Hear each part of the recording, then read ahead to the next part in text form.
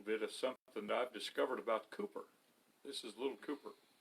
And he likes to jump up when I get something to eat. If I walk out in the kitchen and Cooper's laying next to Wendy on the love seat, as soon as I get out of my chair and head for the kitchen, he jumps down and comes with me, because he's hoping to get a bite of something out there, maybe in the fridge, and I can break off a piece of cheese or something just to give him a bite. And he's out there looking at me like it's time for me to eat. And he will do that all day long. And then if I get a plate of food or a bowl of cottage cheese or something like that, then he jumps up on my lap and lays down in front of me and looks at me so longingly, waiting for the last bite to be saved for him. He'll do that all day long. As many times as I get something to eat, he's right there. And I've noticed too that if I give old Cooper a little dog bone treat, he'll take that and walk right into the living room with that dog bone, and instead of eating it, he drops it on the floor there and runs back out to the kitchen, hoping to get another one. In a sense, he's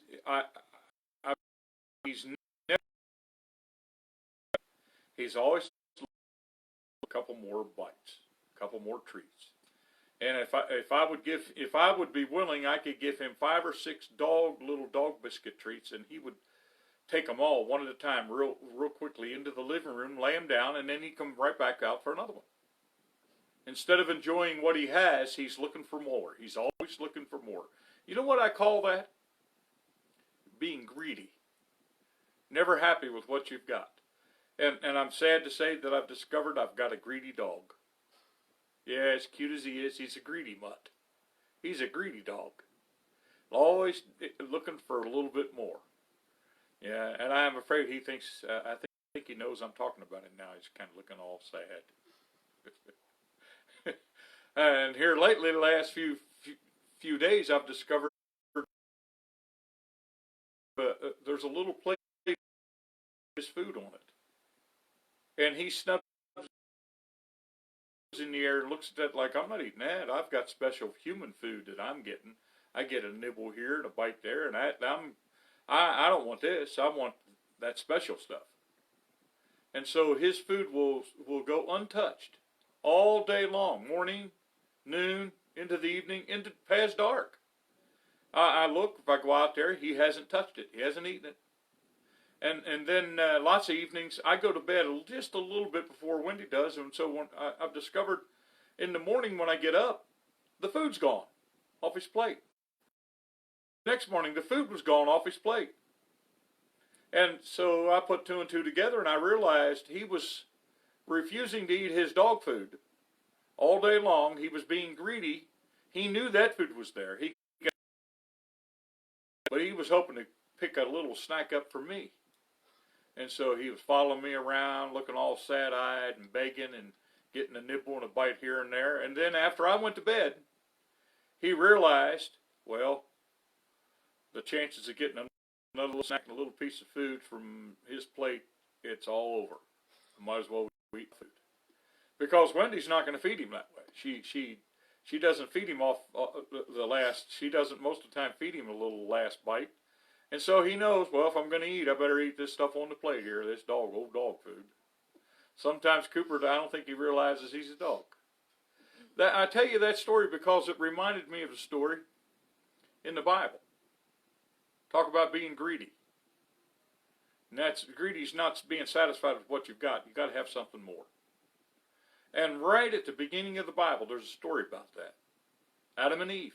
When God created Adam and Eve. He made them out of the dust. He made Adam out of the dust of the earth, and then he took a rib from Adam and he fashioned a woman. And he put both of them in that garden, and God said, you can eat of all the trees. It was the most plush, the best orchard you've ever seen.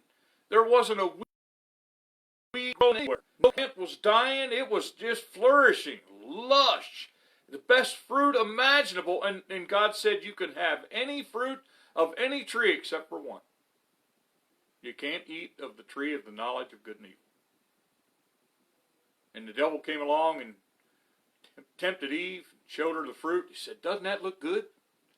And Eve looked at it and she thought, boy, it does look good. And she wasn't satisfied with what God had given her. And she ate of that fruit of that tree that she wasn't supposed to. There was just one tree she wasn't supposed to eat of. But greed got the best of her. She said, oh, I got to have that too. She should have been so satisfied with what she had.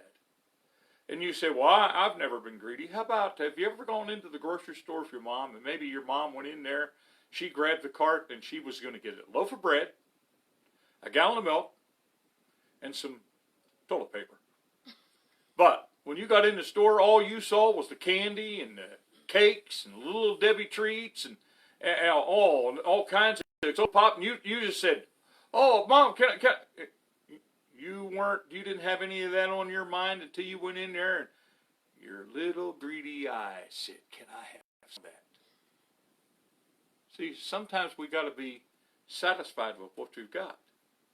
If all you get to eat today for supper is a can of sardines, oh, I love sardines. I could do it. If all you get to eat for supper this evening is a can of Vienna sausages and some crackers, I love Vienna sausages and crackers. If all you get to eat tonight for supper is fried Spam on a sandwich, that's delicious. Whatever it is. I love cereal. I love toast. I love pizza. I love cake and ice cream, but I can't have it all the time. You got to be happy and satisfied with what you get. Enjoy your day. Thanks for listening. Can you say bye to them all, Cooper? Can you say, dear, dear, dear, dear?